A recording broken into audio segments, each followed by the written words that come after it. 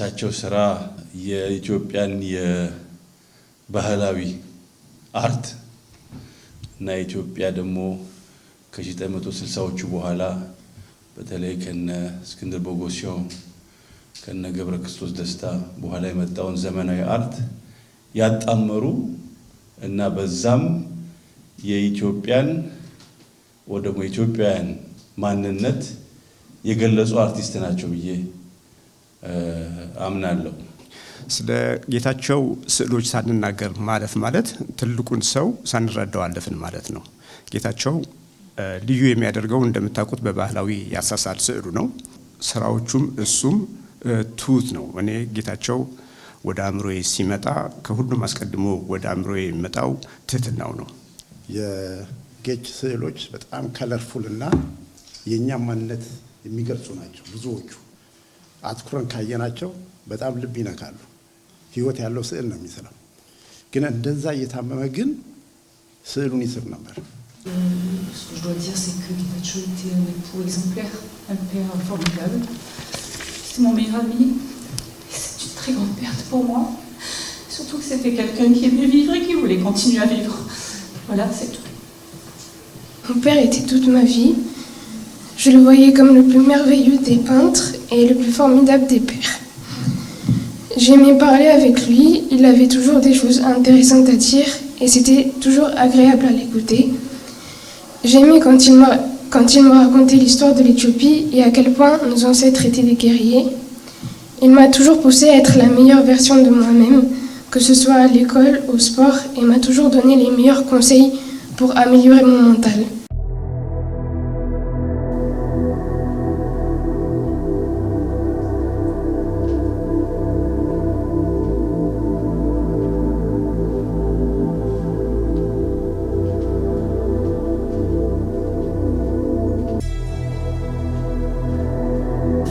የሰዓሊ ጌታቸው ብርሃኑ አጭር የህይወት ታሪክ። ሰዓሊ ጌታቸው ብርሃኑ ከአባቱ ከአቶ ብርሃኑ ይመኑ በወረሰው የባህላዊ አሳሳል የጥበብ ዘዴ ወደ ራሱ ዘመናዊ አስተሳሰብ አዋህዶ በትናንሽ ገጸ ባህሪያት በተሞሉ ፈገግታን እየጫሩ የተለያዩ ትዕይንቶችን የሚያሳዩ ወይም እያሳዩ በብሩህ ቀለማት አስውቦ በሚያስችለው ችሎታ ይታወቃል። ሰዓሊ ጌታቸው ብርሃኑ የተወለደው በአዲስ አበባ ከእናቱ ከወይዘሮ አበበች ወልደ ሚካኤልና ከአባቱ ከአቶ ብርሃኑ ይመኑ እንደ ፈረንጆቹ አቆጣጠር በ1971 ዓመተ ምህረት ሲሆን ከልጅነቱ ጀምሮ የአባቱን የባህላዊ አሳሳል ጥበብ እያየና እየተማረ አድጓል። በፊት አውራሪ ሀብተ ጊዮርጊስ የመጀመሪያ ደረጃ ትምህርት ቤት ግድግዳዎች ላይ ለመማሪያነት እንዲሆኑ የዓለም ካርታ፣ የአፍሪካ ካርታን እንዲሁም የኢትዮጵያን ካርታ የድሮ የ14ቱን ክፍለ ሀገር የሚያሳይ ጠቅላይ ግዛት በነበረበት ጊዜ በመሳል በመምህራኖቹ ማበረታቻ ይሰጠው ነበር። ሁለተኛ ደረጃ ትምህርቱን በመድኃኔዓለም አጠቃላይ ሁለተኛ ደረጃ አጠናቋል። በስራው አስተዋጽኦ ካደረገባቸው ውስጥ በኢትዮጵያ የትምህርት መማሪያ መጽሐፍቶች ላይ ለጤና ሚኒስቴር ስለ ጤና አጠባበቅ የሚገልጹ ምስሎችን ለዩኒሴፍ ስነ ተዋልዶ መጽሐፍቶች ላይ ስራዎቹ ይገኛሉ። ሰዓሊ ጌታቸው ብርሃኑ በባህላዊ የአሳሳል መንገድ ብቻ በመከተል ምንም አይነት ዘመናዊ የስነ ጥበብ ትምህርት ወይም አርት ስኩል ሳይማር እንቁን ንጹህን ኦሪጂናል ሲዋረድ የመጣውን የኢትዮጵያ ባህላዊ አሳሳል ይዞ በማስቀጠል ለዘመናችን የጥበብ ውጤቶች ማስታወሻ ትቶልን አልፎ ሄዷል።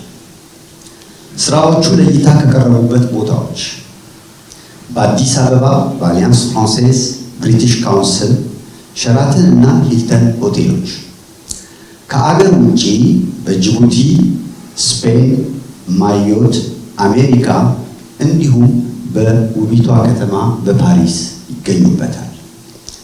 የአባቱ የአቶ ብርሃኑ ይመኑ እና የጌታቸው ስራዎች በአዲስ አበባ የጥናትና ምርምር ኢንስቲትዩት ውስጥ፣ በአሊያንስ ኢትዮ ፍራንሴዝ፣ በሐረር በአርኪው ራምቦ ሙዚየም ውስጥ ይገኛሉ። የአቶ ብርሃኑ ይመኑ በአዲስ አበባ ጴጥሮስ ወጳውሎስ ቤተክርስቲያን ሙሉ ምስሎቹን የሳሉና የጥበብ አባት ነበሩ። ሰዓሊ ጌታቸው ብርሃኑ ባለትዳርና የአንድ ሴት ልጅ አባት ሲሆን ባደረበት ከፍተኛ ሕመም ወደ ፓሪስ በመምጣት ለዓመታት በሕክምና ሲረዳ ቆይቷል። በቆይታው በፓሪስ የሚገኘው የአቶሊዬ ለአርቲስት ድቤልቪል በሚባለው የአርቲስቶች ማህበር በቅንፍ ውስጥ አሶሲዬሽን አባል በመሆን በአሶሲዬሽኑ በሚዘጋጁ በተለያዩ ቦታዎች ስራዎችን አቅርቧል። እንዲሁም አካሌ ውቤ በሚባል ለሚታወቀው የፈረንሳይ የሙዚቃ ቡድን የስራው ስዕል አንደኛ በብዙ የፓሪስ ነዋሪዎች ላይ አድናቆትን የጫረና ያተረፈ ግሩም የሆነ አርቲስት ነበር። ስራዎቹ ሀገራችንን ኢትዮጵያን ከማስተዋወቅ አልፎ ጌታቸው የግል ባህሪው ጋር በመደመር በብዙዎቹ ልቦና ውስጥ ሰርጾ ቀርቷል። ሰዓሊ ጌታቸው ብርሃኑ በባህሪው ተግባቢ፣ አዛኝ፣ ብዙዎቹን ሳይታወቅበት ወይንም ሳያሳውቅ የረዳ የሚረዳ ቅን፣ ጠንካራ፣ እስከ መጨረሻው ሰዓት ሳይሸነፍ ስለ ቀጣይ ስራዎቹ በማሰብ እቅድ የሚያወጣ ሞራሉ ጠንካራ ውድና ድንቅ ወንድማችን ነበረ። በተወለደ በ21/11/2022 እንደ ፈረንጆቹ አቆጣጠር ባደረበት ህመም ከዚህ ዓለም እረፍት አድርጓል። Comment vous dire en si peu de temps qui était mon père et ce qu'il représentait pour moi? Les personnes qui me connaissent depuis toute petite vous diront que mon père était toute ma vie. Je le voyais comme le plus merveilleux des peintres et le plus formidable des pères. J'aimais parler avec lui, il avait toujours des choses intéressantes à dire et c'était toujours agréable à l'écouter. J'aimais quand il me racontait l'histoire de l'Éthiopie et à quel point nos ancêtres étaient des guerriers. Il m'a toujours poussé à être la meilleure version de moi-même, que ce soit à l'école, au sport, et m'a toujours donné les meilleurs conseils pour améliorer mon mental. Il a toujours été là pour moi.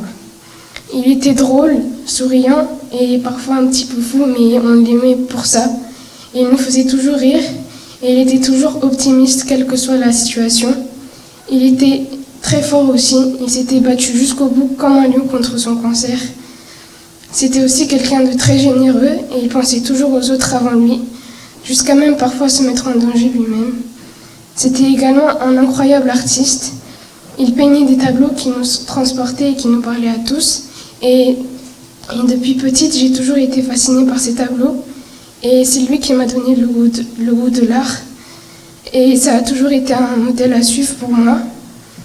J'aurais encore des centaines de choses à raconter pour vous dire combien je l'aime et combien c'était une personne unique et incroyable.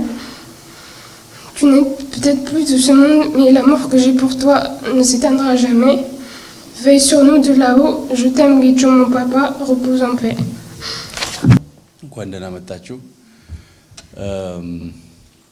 እኔ ብዙም አቶ ጌታቸውን በግል ደረጃ አላውቃቸውም ነበር፣ ግን ዝናቸውና የሥራ ውጤታቸውን ለማየትና ለማድነቅ በቅቻለሁ። የእሳቸው ስራ እንግዲህ በእኔ እይታ የኢትዮጵያን የባህላዊ አርት እና ኢትዮጵያ ደግሞ ከ1960ዎቹ በኋላ በተለይ ከነ እስክንድር ቦጎሲዮ ከነ ገብረ ክርስቶስ ደስታ በኋላ የመጣውን ዘመናዊ አርት ያጣመሩ እና በዛም የኢትዮጵያን ወደሞ ኢትዮጵያውያን ማንነት የገለጹ አርቲስት ናቸው ብዬ አምናለሁ። አስባለሁ። ስዕሎቻቸውን ስናይ የስዕሎቻቸው ገጽታ አንደኛው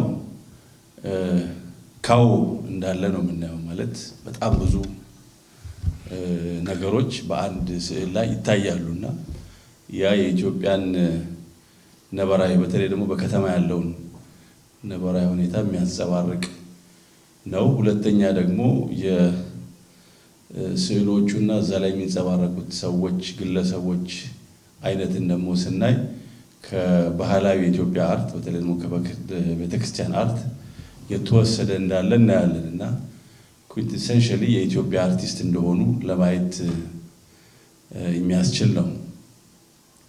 እንግዲህ እዚህ በነበሩበት ቆይታ ብዙ ስዕሎች ስለዋል፣ ብዙ ዝና አትርፈዋል። ይህም ደግሞ ለእኛ ለሀገራችን ትልቅ በረከት ነው። ትልቅ አስተዋጽኦ አድርጎ ሄዱ አርቲስት ናቸው። ዛሬም ደግሞ ይኸው ብዙ ሰዎች ከኛ ማህበረሰብ ሆነ ከፈረንሳይ መገኘታቸው የዚህ ነጸብራቅ ይመስለኛል እና ላደረጉት አስተዋጽኦ ሁላችንም ትልቅ ምስጋና እና በረከታቸው ይገባል። የኢትዮጵያውያንን ማንነት በተለይ ደግሞ የከተማ ኢትዮጵያዊውን ማንነት በጥሩ ሁኔታ የገለጹ ዘመናዊ አርቲስት ናቸውና በዛም በኢትዮጵያ የአርት ታሪክ ትልቅ ስፍራ ሊሰጣቸው ይገባል ብዬ አስባለሁ። ላበረከቱት አስተዋጽኦ የእኛን ማንነት በዚህ ደረጃ በማስተዋወቃቸው ከፍተኛ አክብሮት ይገባቸዋል። ለወዳጆቻቸው ለቤተሰቦቻቸው መጽናናትን እንመኛለን። ያው ፈጣሪ ነፍሳቸውን ይማር። አመሰግናለሁ። ጤና ይስጥልኝ። እንግዲህ ሰዓሊ ጌታቸው ብርሃኑ ውድ የሀገራችን ታዋቂ ሰዓሊ ነው። አገር ውስጥም ባይታወቅ ስራዎቹ ግን ወደፊት ይበልጥ ያሳውቃሉና ዛሬ ድንገት ስመጣ ስለሱ ሳልናገር ባልፍ ስህተት መስሎ ስለሚታየኝ ነው። በአማርኛ ነው የምናገረው። በደንብ ሜትሪዝ የማድረገው እሱ ስለሆነ ስለ ስዕሎቹ መናገር እፈልጋለሁኝ። ስለ ጌታቸው ስዕሎች ሳንናገር ማለፍ ማለት ትልቁን ሰው ሳንረዳው አለፍን ማለት ነው። ጌታቸው ልዩ የሚያደርገው እንደምታውቁት በባህላዊ ያሳሳል ስዕሉ ነው። ስዕሎቹና የእሱ ባህሪ ተመሳሳይ ነው። ተመሳሳይነቱ ምንድን ነው? ሁለቱም ስራዎቹም እሱም ትሁት ነው። እኔ ጌታቸው ወደ አእምሮዬ ሲመጣ ከሁሉም አስቀድሞ ወደ አእምሮዬ የሚመጣው ትህትናው ነው። ከዚህ ባለፈ ደግሞ እጅግ የጠለቀ የሀገር ፍቅር ስሜት የነበረው ሰው መሆኑ በፍጹም መዘንጋት የለበትም። ወደፊት ስለ ስራዎቹ በዝርዝር ባለሙያዎች ሊናገሩ ይችላሉ። እኔ ከሁሉም ስዕሎቹ ይበልጥ የምወድለት በስተግራ ያለው የባዚሊክ ዱ ሳክሬ ኮር ስዕል ነው። በጣም እጅግ የምወድበት ምክንያት ሁለት ነው። አንድ የባህላዊ የቤተ ክርስቲያንን አሳሳል ወደ አውሮፓውያን የመልክዓ ምድር ወይ ደግሞ የከተማ ስዕል ላይ አምጥቶ እሱን አድርጎ መሳሉ ምናልባት የመጀመሪያው ሳያደርገው አይቀርም ብዬ አስባለሁኝ። ይታያችሁ እንግዲህ የአውሮፓ ወይም የቱሪስት ሰዎች መልክ የእኛን መልክ አድርጎ ነው የሰራው። አይነት ትላልቅ ልክ እንደ ቤተ ክርስቲያን አሳሳል። ይሄ ማለት ትልቅ ትርጉም አለው። ከቤተ ክርስቲያን አውጥቶ ወደ ዘመናዊው ስዕል ወደ ዘመናዊው ገጸ ባህሪያት ያስተላለፈ በመሆኑ ልዩ ያደርገዋል። ከአባቱም የሚለየው እሱ ነው። አባቱ እንደምታውቁት በጣም ታዋቂ ሰዓሊ ነበሩ፣ በጣም የተከበሩም ሰዓሊ ነበሩ።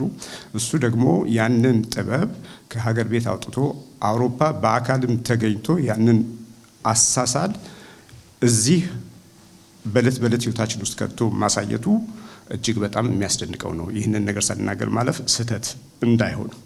ሁለተኛ ነገር ደግሞ አገሩን እንዴት እንደሚወድ በዚህ ስዕል ለማሳየት ሰዎችን፣ ቱሪስቶችን፣ ልጆችን የሜትሮ መውጫውን ሁሉን ከሰራ በኋላ ሰማዩ ላይ የኢትዮጵያን ባንዲራ የያዘ የኢትዮጵያን ኤርላይንስ አይሮፕላን አድርጓል። በዛ ሰዓት ነው እንግዲህ ይህ ሰው እዚህም ሆኖ ምን ያህል ለሀገሩ ፍቅር እንዳለው በስዕሎቹም በራሱም ውስጥ ማሳየት እንደሚፈልግ የምንረዳው። ሌላው ነገር ደግሞ ሰዓሊው ጌታቸውን ስዕሉንና እሱን የምናደንቅበት ሌላው ምክንያት ስዕሎቹ ፊት ቁጭ ሲል ለእኛ ለተረፈው ሰላም ይሰጠን የነበረ ሰው መሆኑ መረሳት የለበትም። አንድ ሰዓሊ ከስዕል ስራው ውጪ በስዕል ፊት ለፊት ቁጭ ብሎ የሚያሳልፈው ጊዜ ነው እጅግ በጣም አስፈላጊውና ወሳኙ ነገር። ምክንያቱም በስዕል ፊት በስነ ጽሁፍ ፊት ብቻውን ቁጭ ብሎ የሚቆዝም ሰው ለሌሎቻችን ሰላምን እንደሚሰጠን ማሰብ አለብን። አድናቆታችን በዛም ጭምር መሆኑን ማሳየት ፈልጋለሁ። ለወዳጆቹ፣ ለቤተሰቦቹ፣ ለልጆቹ መጽናናትን፣ እዚህም ላላችሁ የሀዘኑ ተካፋዮች መጽናናትን እመኛለሁ። ይህን እድል ስለተሰጠኝ አመሰግናለሁ። እንደምን ዋላችሁ? እኔ ጌታቸውን የማውቀው በግምት አንድ አመት ተኩል ቢሆነው ነው። በኮንፊኒሞ ሰሞን ነው። ያው ስዕልን ስለምወድ የእሱን ስዕሎች በፌስቡክ ላይ ይከታተል ነበር እና ፈልጌ ያገኘሁት ማለት ነው። ከዛም ሬስቶራንት እንዲመጣ አድርጌው ሬስቶራንት መጥቶ ስንጨዋወት ካንሰር እንዳለበት ይነግረኛል እና ምግብ እንኳን ብላ ስለው ምግብ እንኳን አይበላም ነበር።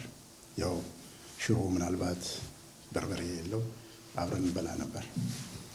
ከዛ አብረን ብዙ ማሳለፍ ጀመርን። እኔ ጋር ይመጣል፣ እኔም እሱ ጋር ሄድ ነበር እና አንድ ስዕል እንዲስልኝ ጠይቄው የንጉሥ ኃይለ ሥላሴ ስሎልኛል። በሚገርም ሁኔታ ነው። የጌች ስዕሎች በጣም ከለርፉል እና የእኛም ማንነት የሚገልጹ ናቸው። ብዙዎቹ አትኩረን ካየናቸው በጣም ልብ ይነካሉ። ህይወት ያለው ስዕል ነው የሚስለው። ግን እንደዛ እየታመመ ግን ስዕሉን ይስር ነበር እና ብዙ ጊዜ ስጠይቀው ለምንድን ነው ይህን ያህል ጊዜ የሚወስድ ስዕል የምትስለው ነው? ለእሱ እንደ ሕክምና ነበረ። እንግዲህ እነኚህ ስዕሎች ረጅም ጊዜ ነው የሚወስዱት። በጣም ጥቃቅን ናቸው። በእያንዳንዱ ሰው ላይ ዲታይ የሆነ ፈገግታውን፣ ኩርፊያውን ሁሉ ነበር የሚስልልን።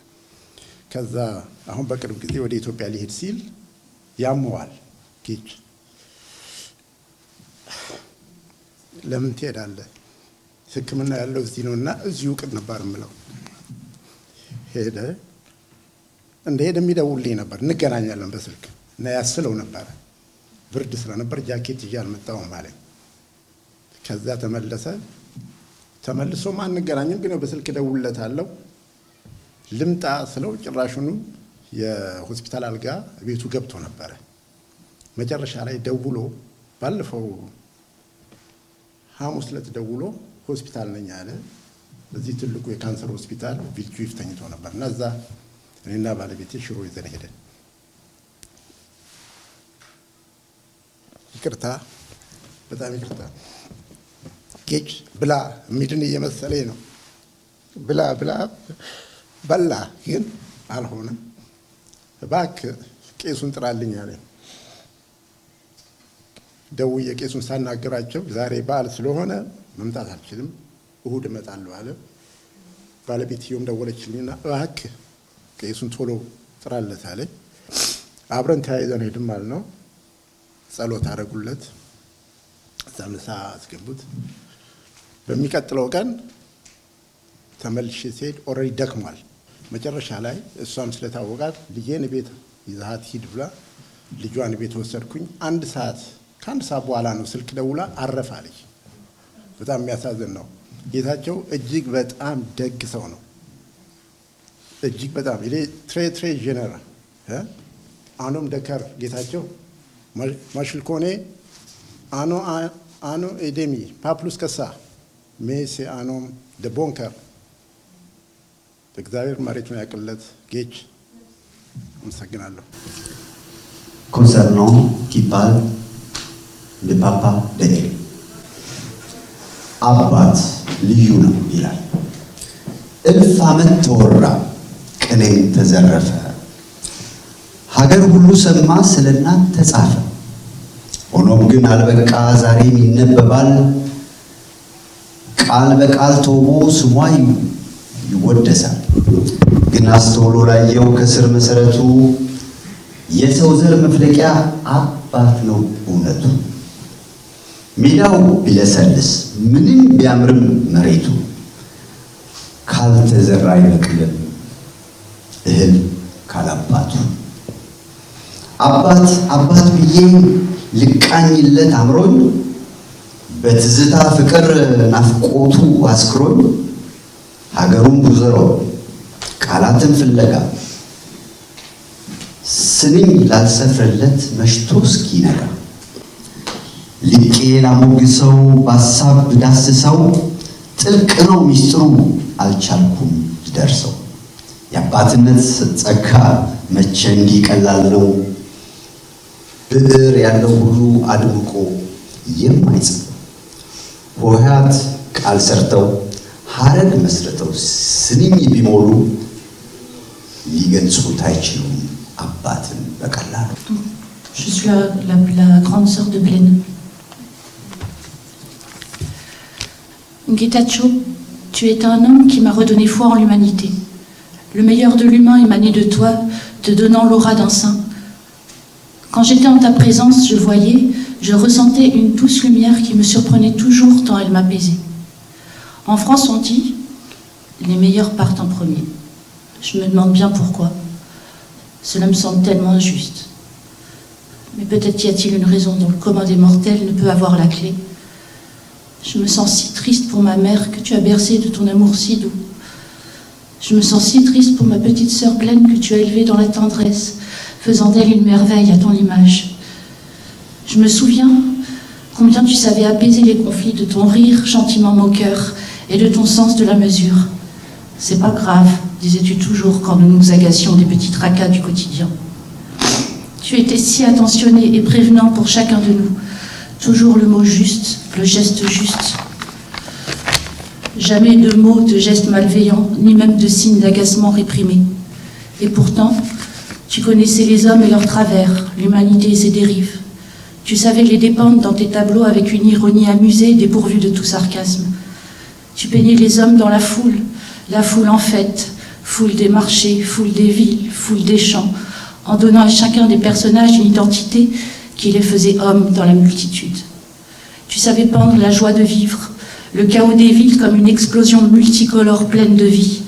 Tu savais nous montrer qu'au-delà de la déshumanisation dans laquelle la modernité et l'urbanisation semblent nous précipiter, l'humanité persiste dans toute sa multiplicité et sa splendeur en chaque être. Tu savais nous faire ressentir à quel point les traditions et les religions de ton pays, l'Éthiopie, constituent les racines sans lesquelles les hommes tomberaient. Cela m'a fait comprendre combien il est d'importance de connaître sa culture pour tenir debout, la tête vers la lumière. Face à tes tableaux, j'ai réalisé qu'en Occident, nous nous leurrons en pensant que modernité et tradition, science et religion seraient inconciliables. Grâce à toi, Getachew, j'ai compris ce qui fait en chacun de nous la dignité d'être homme.